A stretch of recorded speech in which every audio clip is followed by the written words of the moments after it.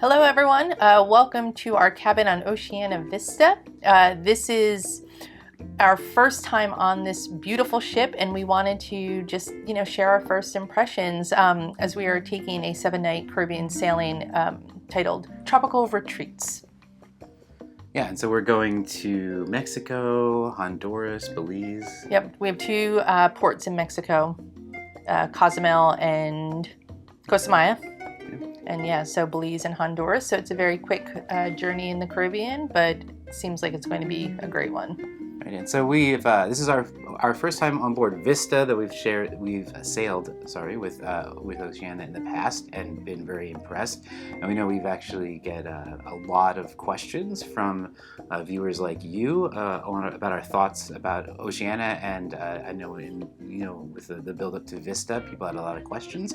So hopefully this video will help answer those questions, or just share a little bit about our first impressions here. So we have the Simply More package, which Diana can explain a little bit about. Is sort of Oceania's relatively new in the last year, move to creating a more all-inclusive experience on board their ships. Right, so the Simply More package, it involves getting free round-trip air, transfers from the airport to the ship, as well as the house beverage package and unlimited Wi-Fi. So we thought, we didn't do any package for our Serena tour, so we thought we would try it out for this one and see what it was all about. So we can start off with our whole embarkation day in New York. And so yeah, we took a flight from New York's LaGuardia at 7 a.m. On Delta, so we were able to choose our own airline, not the time, but 7 a.m. is not a problem for us at all. Yeah, we're kind of Delta loyalists, so we fly at Delta a lot, which is we have a little bit of status with them. So we actually started our morning off nicely with the Delta Sky Club, which, if you haven't had a chance to visit LaGuardia in the past few years, I feel strange saying it, being someone who grew up in New York, and LaGuardia was never a great experience for decades and decades. But the renovations that they've done to LaGuardia, particularly Terminal C, where Delta leaves out of, it's phenomenal. It's a whole new airport. It's a great experience. Delta Sky Club in Terminal C is excellent. So we had no trouble getting into the airport. It was practically empty. At security, the Delta Sky Club was also uncrowded, and our flight left just a little late. I boarded on time, and then it left just a little late, but everything was quite smooth. We got out just ahead of the weather. So we got down here, had a great flight on the way down. Mm-hmm. So yeah, everything started off really well. Again, we're talking about that because that was all booked by Oceania, the Delta flight for us. And then when we arrived in Miami, yeah, there were two representatives right by baggage claim, so we had little issue trying to find someone.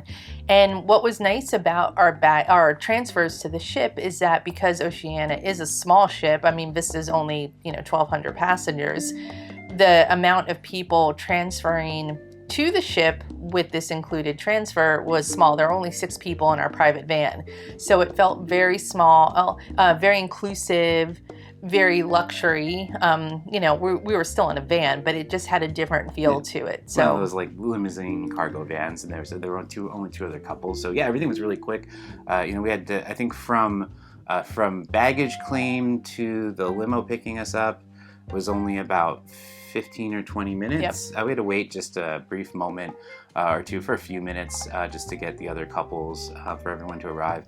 But then, and they warned us that there was going to be traffic because it's, Miami. There's always traffic getting to spring break. Yeah, there's always traffic getting to the Miami cruise terminal, and it's spring break. But really, it wasn't actually that bad. So I think in the end, from basically baggage claim to getting basically onto the ship, it was about an hour total.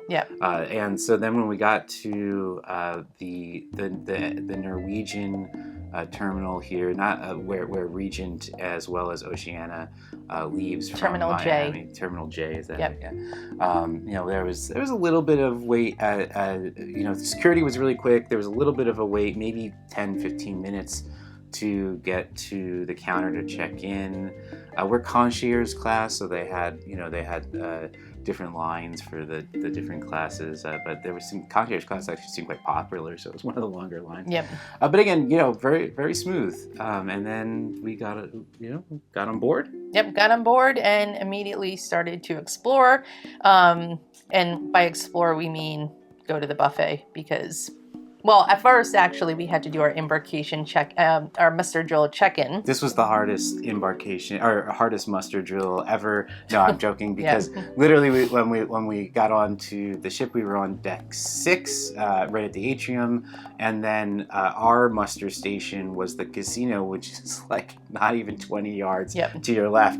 We walk over, greeted immediately by one of the crew who all just scanned our card, reminded us that there was going to be a must, because they knew we had watched the video ahead of time. There was going to be an announcement at 5:45 where the cruise director kind of went over some of the key the key emergency procedures, and that was it. So we didn't have to stand there. We didn't have to put on life jackets or have life jackets demonstrated to us, because that was all in the video.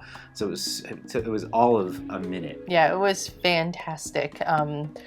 Easily one of the best muster drills, if you can rank muster drills. It was definitely one of the best. So loving things so far on board Vista. The atrium is gorgeous. The ship is just beautiful. So casino is also, I think they call that the Grand Lounge or Grand Bar. Yeah, is also right there. We can talk a little bit more about the decor and everything in a minute. But yeah, we headed right upstairs because we were hungry at that point. It was about 1 o'clock or so, 12:30, 1 o'clock. So we headed right up to the Terrace Cafe, which is the buffet.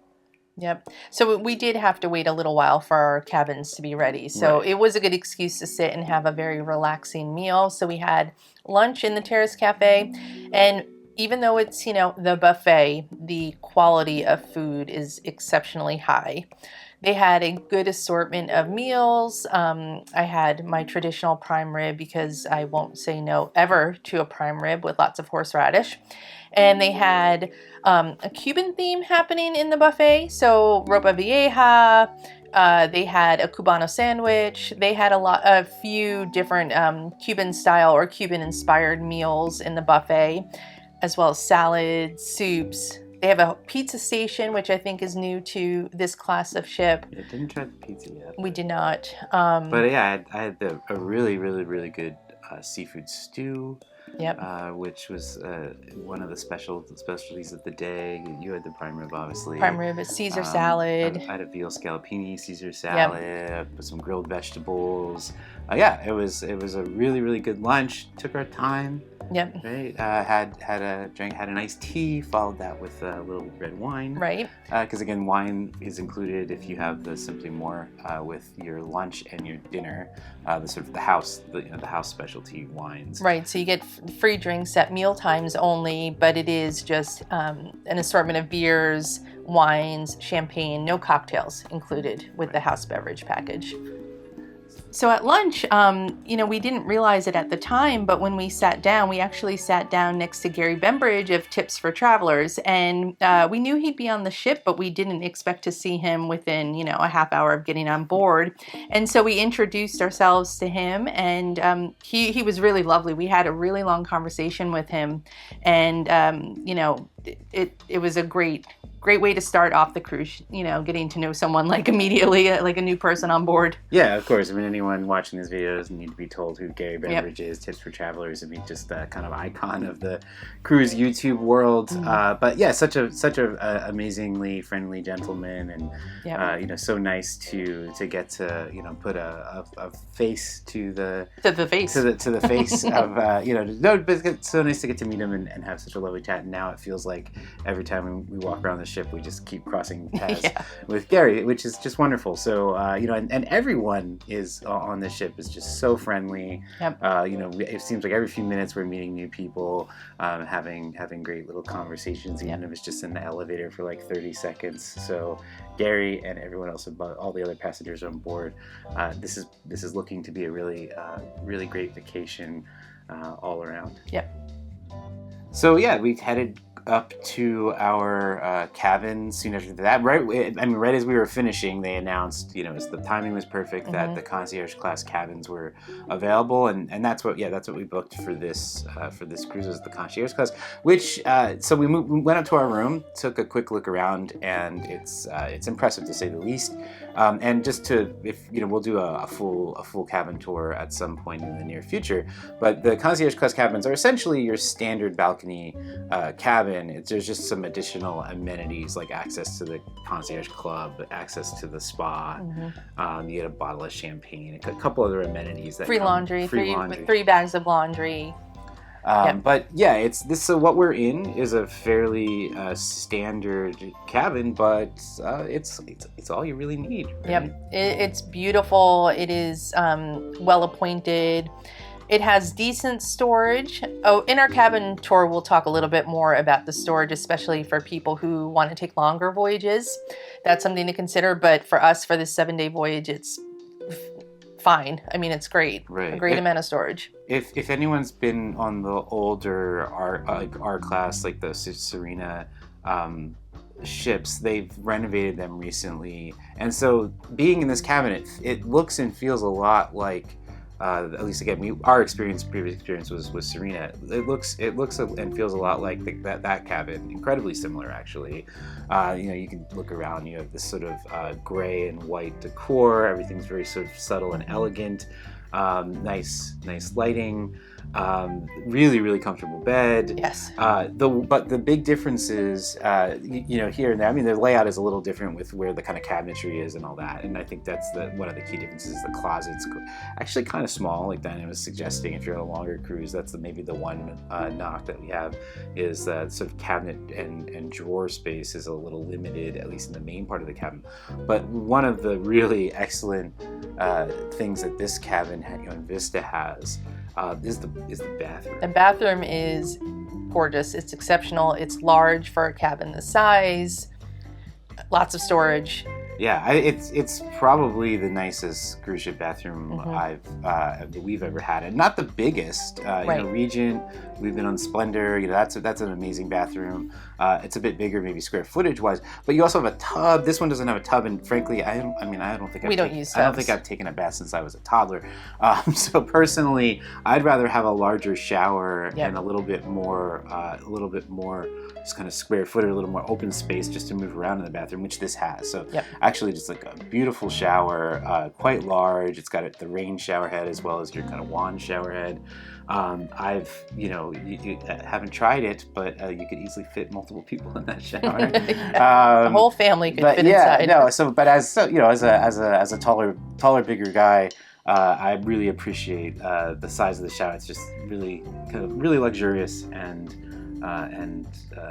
I almost just want to hang out in the bathroom. Yeah. Which is a funny thing to say. Yeah, Oceania did a really phenomenal job just making everything feel luxurious on a relative budget, because this is price-wise far cheaper than the sister line Regent, but you don't feel it when you're in the cabin or on the ship. Right, and I think so that maybe I'll add to that a next point, and this kind of ties into the cabin, because it's very soon after getting into the cabin we met our room steward, but the service is excellent. So and that's where I feel like this is a luxury line, Regent's ultra luxury. The price is quite affordable, at least compared to Regent, but your service is still I think the crew to passenger ratio is 1.5 to 1. So not quite 1 to 1, but pretty darn close. Yep. And you really feel that. I mean, the crew is amazing. Everyone we've met so far, extremely attentive, extremely kind and friendly, and all those things that you want and expect from a cruise line like Oceania or like Regent. And so we met our room steward. We met Olivera within minutes of getting to our cabin, and she wanted to make sure that everything was, perfect for us. She wanted, she had a series of questions for us to see if we wanted new pillows or anything like that. And when we saw her this morning, she wanted to know, how did we sleep? Or the pillow selections okay? Did we need anything? Just really, really great. So it's been a lovely experience so far. We were the departure time was about 7 o'clock. I think we actually started to push away about 6:45, Yep. so a few minutes early. But the nice thing is, again, we got on the ship so relatively early. We were in our cabin by about 1:30. Yep. And so we had lots of time to unpack, lots of time to get comfortable, rest up a little bit after lunch, but before sail away and before dinner. So we had lots of time to explore the ship. We'll cut in some images of our walk around, but to put it simply, this is a wonderfully sized ship. It's a little over 1,000 passengers, which is quite large, even for Oceania. It's obviously the biggest ship in their fleet. It's a pretty on size comparison with like Regent Splendor and Regent Grandeur and Explorer overall. And I bring that up because, again, we're talking about Oceania, not Regent. But there are so many of the design touches. Yes. Overall, the painting, the pottery, the sculpture, all the decorative arts, and all of the interior design elements are so similar. I've said this before in our itinerary preview video, but I have to imagine, I should have looked it up by now, but I have to imagine that a lot of the same designers and design team, at least, were worked on the Vista that also worked on the Regent, Splendor, Grandeur. You get that feel, that elegance. It's a little bit more casual on Oceania, but I like that. We like that, yes. We like that. Yep. But it's just a gorgeous, sort of lush and elegant, yet sort of subtle, and very inviting, very warm. Spaces are very open. It's got a great flow through all the public spaces. The upper decks, the sort of the pool area and above, I guess it actually goes up kind of 3 decks. Right. It's tiered in a really interesting way. So you have the sort of the pool deck, and then you have the deck above it has where they have the baristas coffee and the library in the kind of aft portion, which is a really great kind of public space with lots of hangout areas. But again, feels very kind of open, very, very bright, very inviting. The forward part of, I think that's deck 15. I'm still learning the ship a little bit. I don't have the floor plan. It has the artist loft.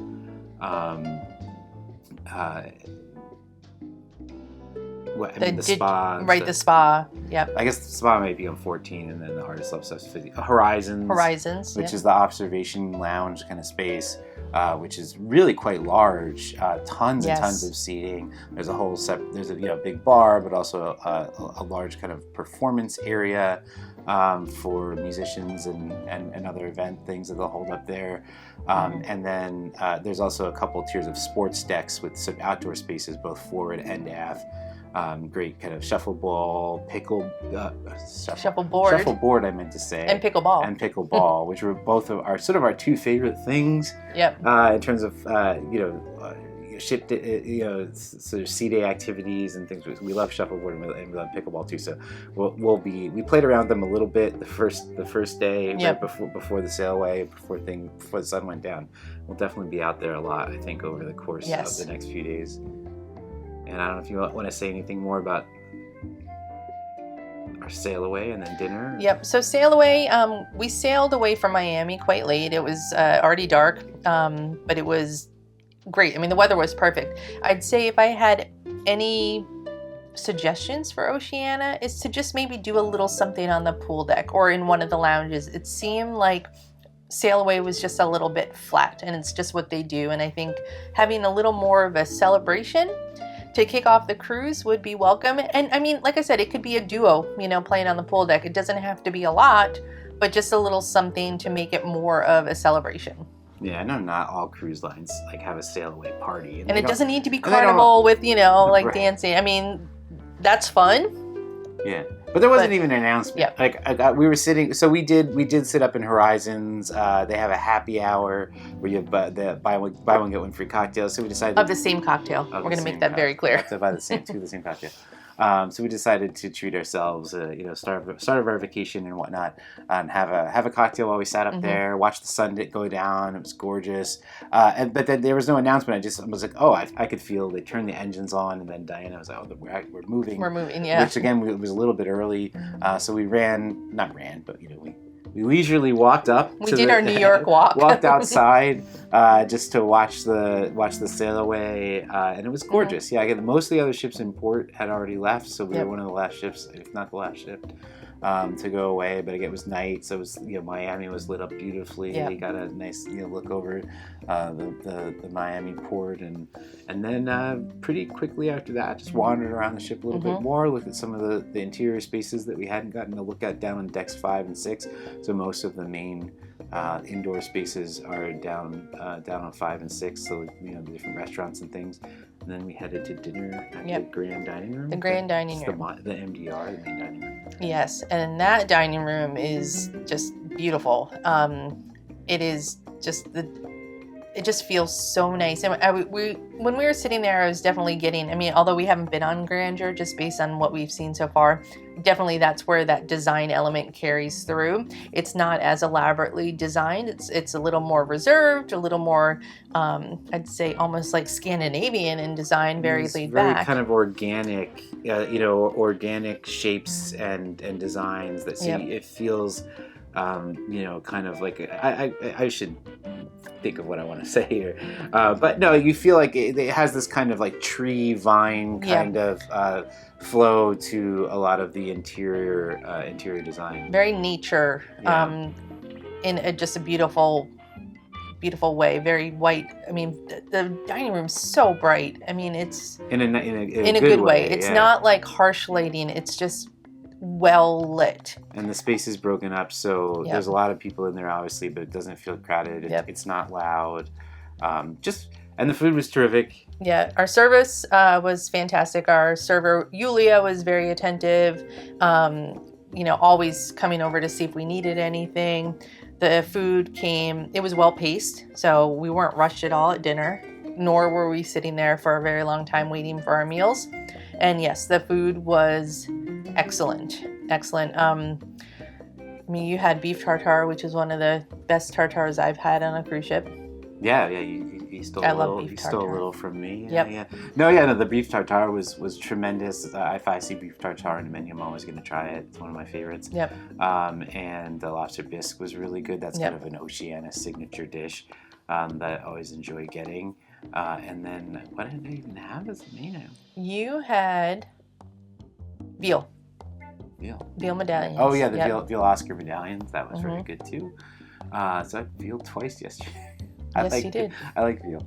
And that's something to say about Oceania. Like the dishes you can get, which are all included in the cruise fare, are escargot and lobster and veal and these dishes that you would pay huge supplements on any other line, except for the luxury and ultra luxury. But when you think about all those add-on costs, we're getting them for free.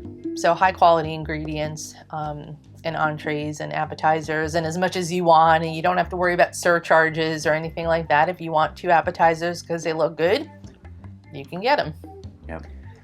And so I realize we've been going on and on here. I want to wrap this up. We just as a quick kind of embarkation day video to share our first experiences. But the fact that we are able to say so much and speak so, I think, excitedly just goes to show that we're having a wonderful time on board Oceania Vista. Can't wait to shoot more videos and share more of our experiences. But wanted to throw this video out quick and get it out there. And if you've been on Vista before yourself, or if you have a trip with Oceania, and particularly on Vista planned, we'd love to hear your thoughts. So share a comment, and we're putting this out more or less in real time too. So we're if you're watching this video right when it's released, we might still be on board the ship. So maybe if you have any recommendations of things to try, give us a shout. So be sure to like this button if you liked what you heard and saw from us, and if you haven't already done so, please subscribe. Thank you for watching, and we will be seeing you. Bye.